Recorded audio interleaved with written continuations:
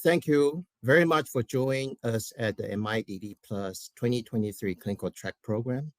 My name is Tom Sun, VP of Strategic Consulting Services, Collagen Division and Simulation Plus. It's my pleasure to introduce my colleague, Dr. Sandra Suarez-Sharp, VP of Regulatory Affairs at Simulation Plus, as our speaker. The title of her talk is From Preclinical to Clinical Drug Product Development, a Path for Smooth Transition. Before we start the presentation, just a couple housekeeping remarks. We take your privacy rights very seriously by attending this conference and participating in the Q&A section. You are allowing us to contact you for follow-up. And you may ask any questions anytime using the Q&A tab on your dashboard. If you need any technical assistance, please use the chat tab. Our staff will try to help you. And then without further ado, I would like to introduce our speaker, Sandra. Sandra. Thank you so much, Tom.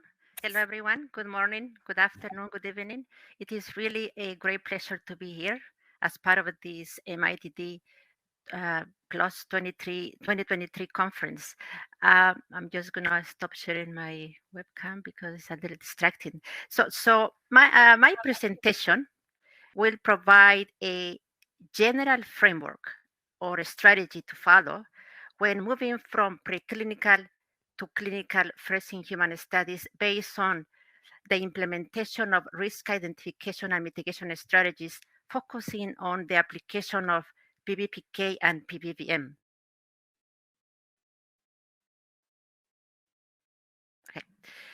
As you know, the drug development process includes several phases and important milestones, such as the pre-IND, IND, end of phase 2, pre-NDA, and IND submissions. And as part of this process, scientists face many hurdles, including the selection of the appropriate formulation to achieving successful extrapolation from preclinical from animals to humans. Focusing on these early phases of development, for example, the preclinical phase, also called pharmacology phase, important feasibility, reiterative testing, and drug safety data are collected in vitro settings and in laboratory animals. An important milestone in here, as you know, is the pre-IND meeting.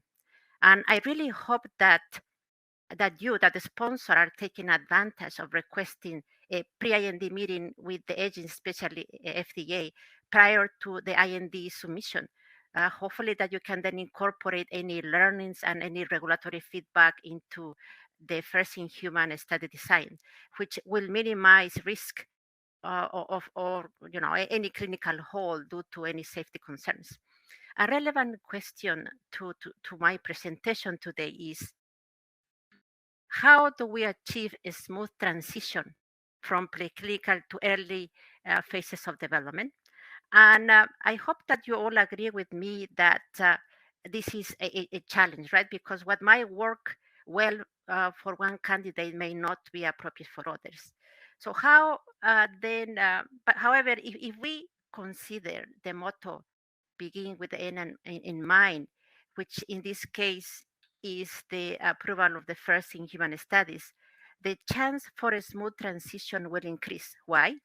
Because implementing this motto leads to a stage of preparedness leading to the identification of task, the identification of level of risk, and implementation of risk mitigation strategies, increasing the likelihood for a smooth transition.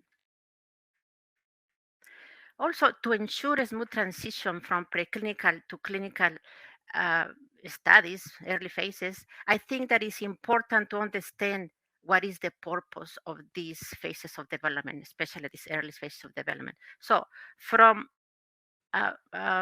first in human trials, the purpose is to evaluate an investigational drug in humans for the first time, and hopefully that we get this right the first time to avoid any subsequent clinical holds. Traditionally, as you may know, the first in human studies were most associated with SAD studies, which were subsequently followed by MIDE studies. However, The increasing practice is to perform first-in-human studies with integrated protocols that combine a number of different study parts, such as evaluating the impact of food on the PK DDIs, the effect of age and gender in the PK, and also the potential effect or potential, potential for of this drug to prolong the QT. Also, another purpose is to understand how effects seen in non-clinical studies translate into humans. And last but not least, to inform the decision process for the continuation of dosing. So from this slide on the left, which describes the preclinical drug development stages, it is obvious that several disciplines are involved in generating the data and putting together a regulatory package to support first-in-human studies. And we have the farm tox scientists who are in charge of generating all the preclinical safety. We have the formulation scientists, which provide an input to strike a balance between pilot and later stage of development formulations to obtain early relative viability information. We have the safety physicians that laid out all the plans for safety monitoring, which I think is, as you know, is very critical. It's a very critical component as part of these first-in-human trials. We also have the laboratory analysts that develop sensitive analytical methods. We have the clinical operations scientists that are in charge of selecting the right site for studying the conducting these studies. We also have the regulatory affairs scientists who compile all the data gathered to in a submission ready to be submitted to all the regulatory agencies. And then last but not least, and I would say at the heart of this integration, we have Sandra, sorry to interrupt. We're not able to see your screen with the information. Could you kind of tap your slide maybe up and down a little bit again? It's not showing the graphic you are talking about at this time. How about now? No, I can only see the purpose of the first-in-human trials on the top only. Okay, so that's strange. So let me stop sharing and that's kind of a Great. Thank you, and sorry for the interruption. No problem at all. I don't understand what happened. So if it looks very blurry, no wonder why. See, I don't know what about this. Okay. Can you see it now? Yes. Thank you very much. Oh, no problem at all, Tom. And I apologize for that. So I think I was saying here that we have to all these disciplines which are very relevant as part of these studies, and I mentioned the what is that they do, everyone, but however, I would say that the success for a smooth transition to first in humans will depend on a close communication and a multidisciplinary integration of these key stakeholders. And what I'm going to do in the next slides is to give more detail on what are the responsibilities for some of these disciplines and the relevance of model and simulation tools, and also risk mitigation strategies to ensure readiness and hopefully a smooth transition into these first clinical trials.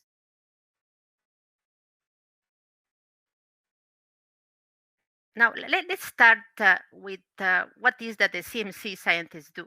And as you know, they are responsible for determining what is the strength and the potency of the drug to ensure measurable biological activity to reduce uncertainty. Also, they are in charge of several activities like qualifying the materials when it comes to solubility, determination of impurities, and any potential disproportionation, among other activities that you know.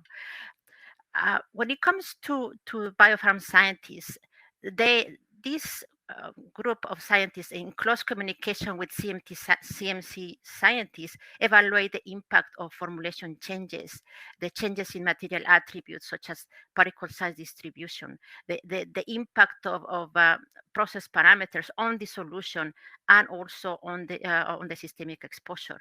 They also evaluate the impact of food on bioavailability, especially if the effect is positive, since identifying the margin of safety is the priority at this stage, as you know.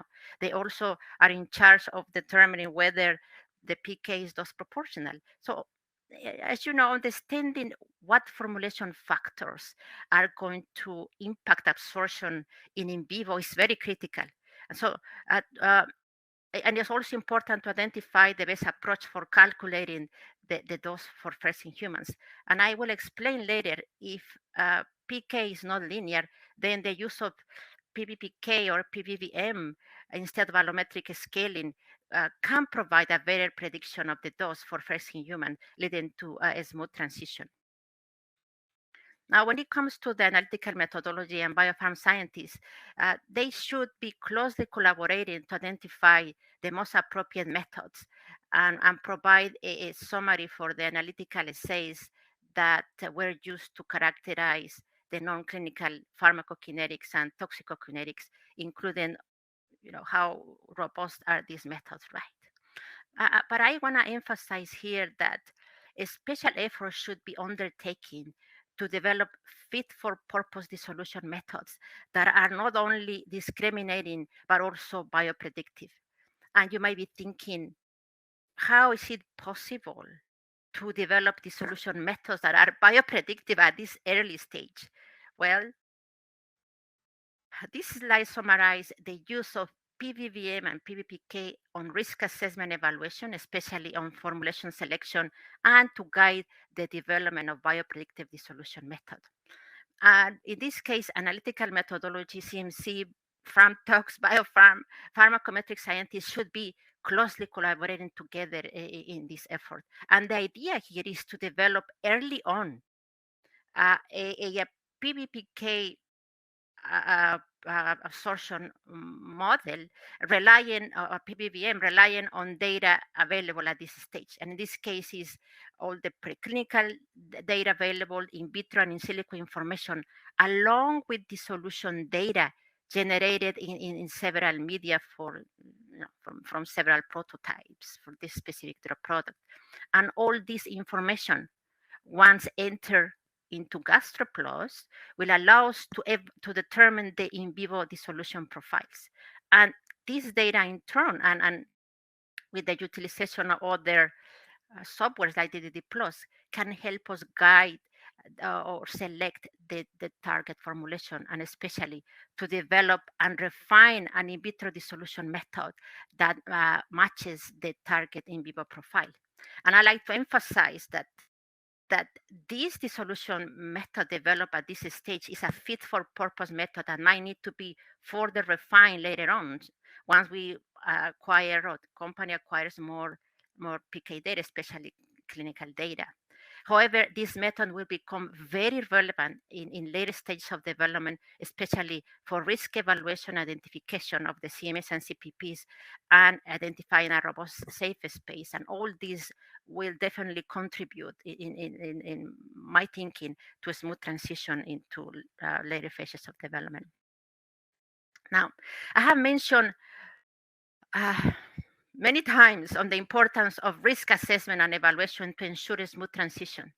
And this table is an example of risk evaluation from product quality and biopharm perspective, which reflects the level of drug product understanding, the level of risk, and any potential mitigation strategies to move forward. And I have an example here for the solution. In this specific case, the risk associated was high. Why? Because it was considered that it's a low solubility drug substance, that the metal has surfactant. There was no additional data. So then to mitigate the risk, the specifications, the solution specifications were tightened to be able to reject aberrant batches. So regulatory agencies like FDA embrace and encourage this approach, since this builds confidence. However, I have not seen this formally put together for other disciplines. And so I would encourage you all to look into the bright spots and implement a similar approach for all disciplines involved in earlier phases of development. And I will provide some ideas on this later on my presentation. Now, let's look into what preclinical data should be collected, focusing on small molecules uh, to ensure a smooth transition. And obviously that that data collection will depend on what type of molecule we're talking about, on the quality target product profile. And in the interest of time, I'm not going to go to all this. There are several reference and guidances, and I have also provided a list of reference at the end, but I like you to focus especially on the ICH M3R2 guidance. Just want to mention briefly that when it comes to the identification of organ toxicity, at least one species should be pharmacologically relevant, where both the presence of the target and the relative potency of the molecular should be considered, right? And also very relevant to mention in here is that that one could use surrogates for preclinical studies. And I think if you listen to Brett's talk earlier today, he was talking about this FDA initiative, right? So agencies like FDA is open to of the use of surrogates in vitro testing, including model and simulation, uh, to support this preclinical gathering of all this data. And so borrowing again from the bright spots, especially the risk evaluation table that I presented to you on slide 8, what I've done here is to adapt a checklist published in several papers and converted it into this a table where the risk assessment and mitigation strategies are documented and summarized. And in the interest of time, I'm not gonna go through all these, and I encourage you to take a look at your leisure. And the idea again here is that what I'm proposing here is to combine this information and share it first internally with other disciplines for any input, and then include this table as part of your pre-IND and IND package to and present it to the regulatory agencies. I think that hopefully you would agree with me that creating this table will reflect the level of product understanding from that perspective, and provide an integrated approach to the agencies that so they can evaluate all this, and it would facilitate that they provide any feedback as needed for your drug product development. Now let's discuss some general considerations for estimating the starting dose in humans, right? So if you are familiar with the FDA guidance, this for decades, FDA has relied on the NOAEL as the starting point for determining a reasonable safety starting dose. And the NOAEL is the most relevant, in the most relevant animal species, has been used for estimating an equivalent exposure in humans, which is the HED. However, um, um, if there are the guidance says there are additional data available, then it may be possible to use, right? For example, if there is no clinical data, if there is if there is metabolite profile and plasma levels associated with toxicity, then that might influence the choice of the NOAEL. And in this case, estimation should be based on other tools such as PBPK and PKPD. Now, I have summarized in here several methods for estimating the starting dose, such as the maximum recommended starting dose, the MRSD, the minimum anticipated biological effective level, PBPK and PKPD. And again, in the interest of time, I'm not going to describe each of these methods, and I invite you to take a look at it at your leisure. But I'm going to focus later on in two methods, which is the MRSD and the PBPK models for the calculation of the dose. And the MRSD is calculated by first converting the NOAEL to the human equivalent dose based on the normalization of dose by the body surface area. And after that's done, then the MRSD is then finally determined by applying a safety factor of 10. And as you may know, higher or lower safety factors might be used with justification. And just briefly, if you have, you can use, or we can use safety margins higher than 10 when, for example, we observe irreversible toxicity, there is no linear PK. And values lower than 10, obviously, we can use them when the dose response for toxicity curve is flat. Now, I like to spend some time in describing the important role of PBPK in first-in-human predictions as a tool to support a smooth transition. And I'm sure that you're aware of it, but the idea behind this approach is to build species-specific PBPK absorption models relying on all the preclinical, in vitro, and in silico information available for that specific drug under investigation, right? And so then once we have that, we can predict a species uh, specific PK profiles. Then after that, human clearance and other PK parameter values can then be predicted using single species scaling from in vivo data and other data that we can be, entered into GastroPlus. And then after this, we can simulate obtain the projected human dose for the selected drug candidate. And as I mentioned before, PBPK application is more relevant on situations where, for example, there is saturation of absorption. And for more details on strategies for first-in-human prediction using PBPK, I'd like to invite you to take a look at this highly cited article published by some members of the GastroPlus user group. And the beauty of this publication is that it includes several flowcharts that combine QSPR properties with PBPK, leading to a greater level of mechanistic understanding of the in vivo release. And also, it also provides this diagram that I think could serve as a checklist on all the data needed, and which will help us to identify which key parameters are likely to have the biggest impact on those predictions, supporting obviously a smooth transition. As you know, regulatory agencies such as the FDA, EMA, and PMDA are open to the use of PBPK in support of first-in-human dose prediction, as it's evident by the several publications like I'm presenting here, and I invite you to take a look at it, and also several guidance published by, for example, PMDA and EMA. I have put together this table that summarizes the most common approaches for first-in-human dose prediction, especially when it comes to predicting the MRSD, which I also talk about, the maximum exposure dose, single dose escalation, multiple ascending doses, and to identify the best route of administration and formulation.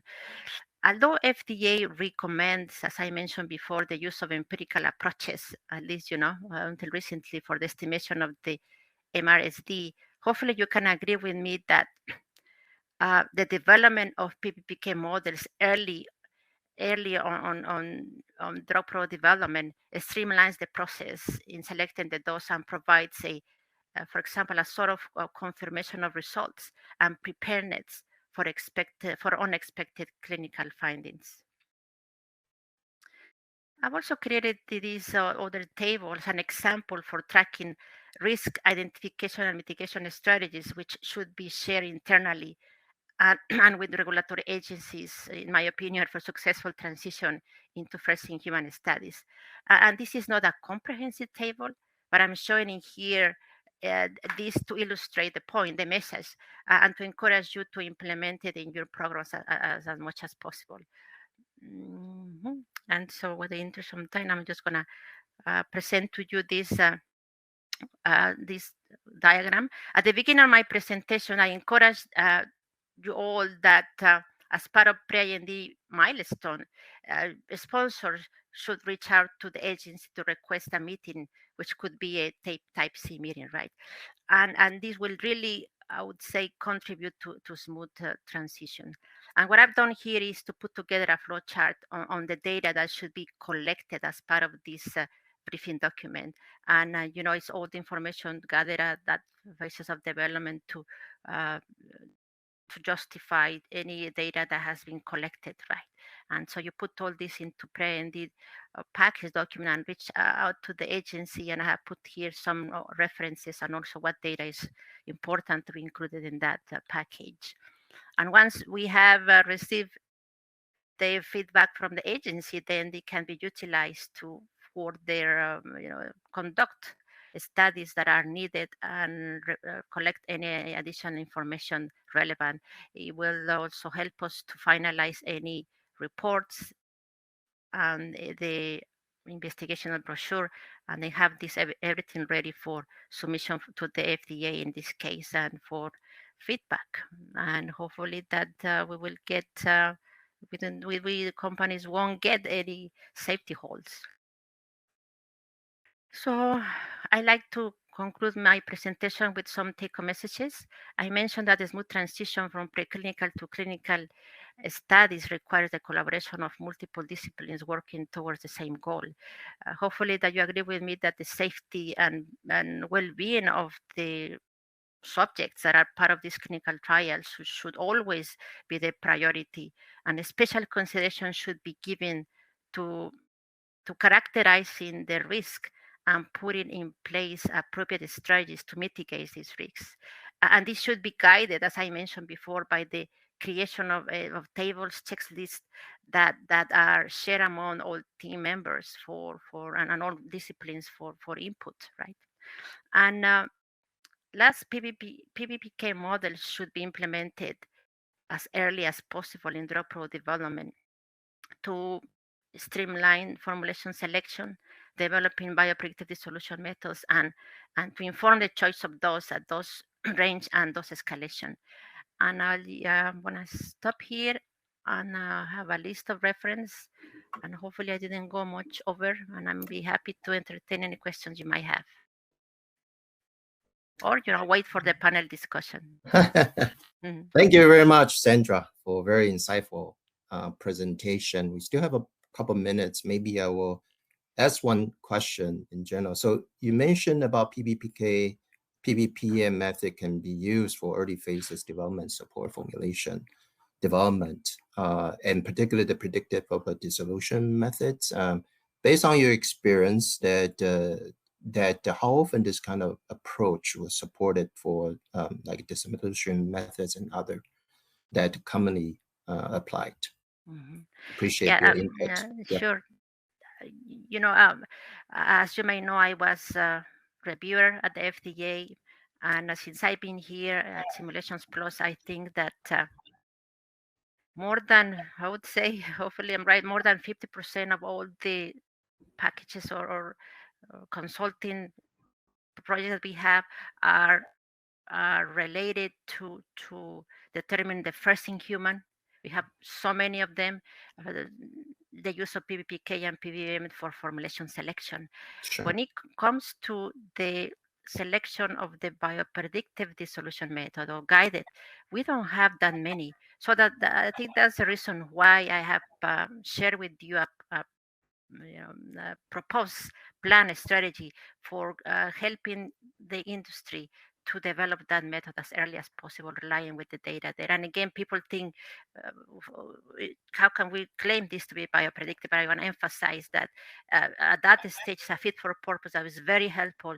It will be very helpful to help on formulation selection and later on in other phases of development. Great. Thank you, Sandra. And just a reminder to our audience, we have another Q&A section. We'll start 10 after 2 o'clock Eastern time in US. So I hope that all of you will rejoin us to 10 after 2 o'clock. And I would like to thank Sandra for a very insightful presentation. I will see you all soon for the next session. Thank you. Bye-bye.